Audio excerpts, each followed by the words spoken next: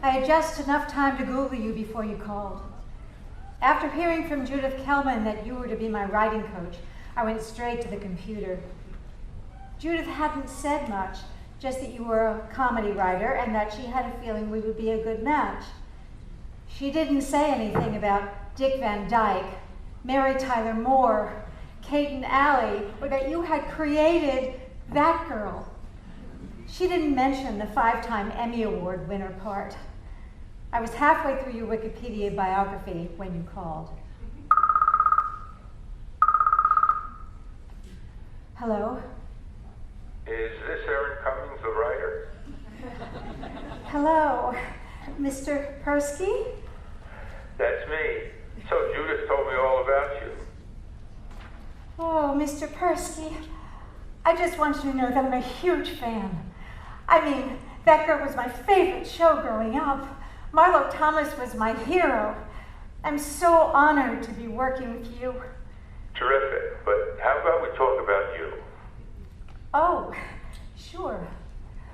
Okay, Mr. Persky. Erin, it's Billy. We talked for almost an hour.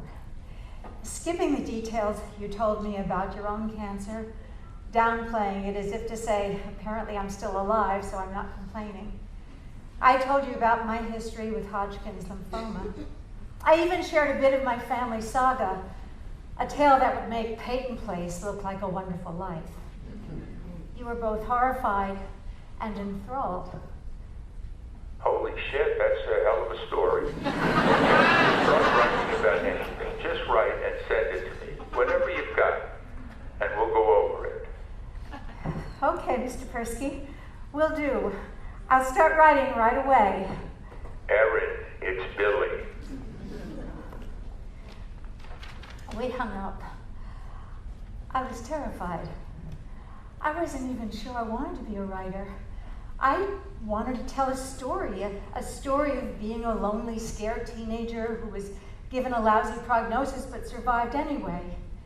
I did not have a background in writing. I had not written anything more poignant than a holiday letter. And I sure as hell did not want to be matched with someone who had a career in television. I thought about calling Judith back and saying, "You've made a mistake. I'm going to disappoint this guy. He is so out of my league. I don't even have a league."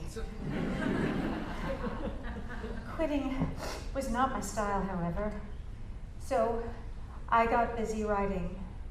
You had given me a few pointers like, Don't tell me, show me.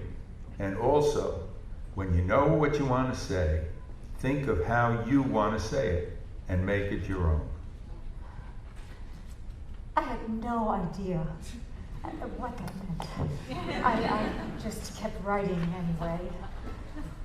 When I finally came up with something that I felt was Billy-worthy, I held my breath and hit send.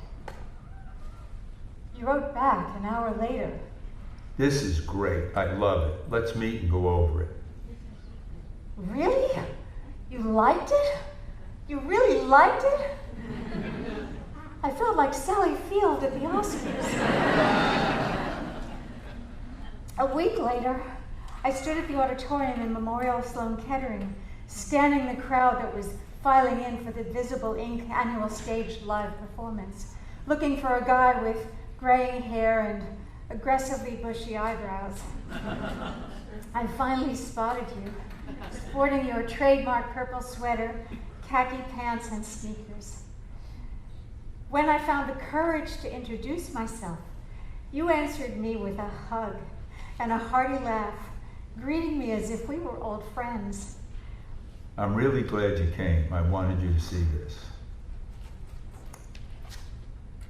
By see this, you meant sitting in stunned silence with hundreds of other survivors, listening to the all too familiar tales of anguish and optimism, battles won and lost, and the desperate need to hang on to hope.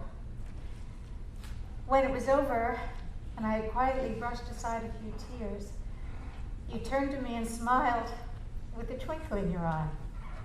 Well? I'm speechless. I really don't know what to say. Just that I guess I'm not alone after all. Somehow you had figured it out, how scared I really was. And not just about whether or not I could write, but that writing would mean putting into words the things I'd rather forget. You wanted me to be there that night, to feel brave again. And I did.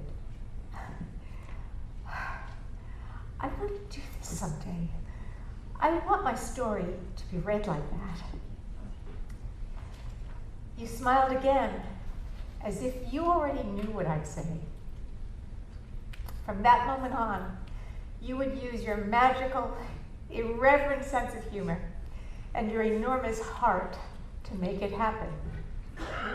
You had more faith in me than I did. I think you still do.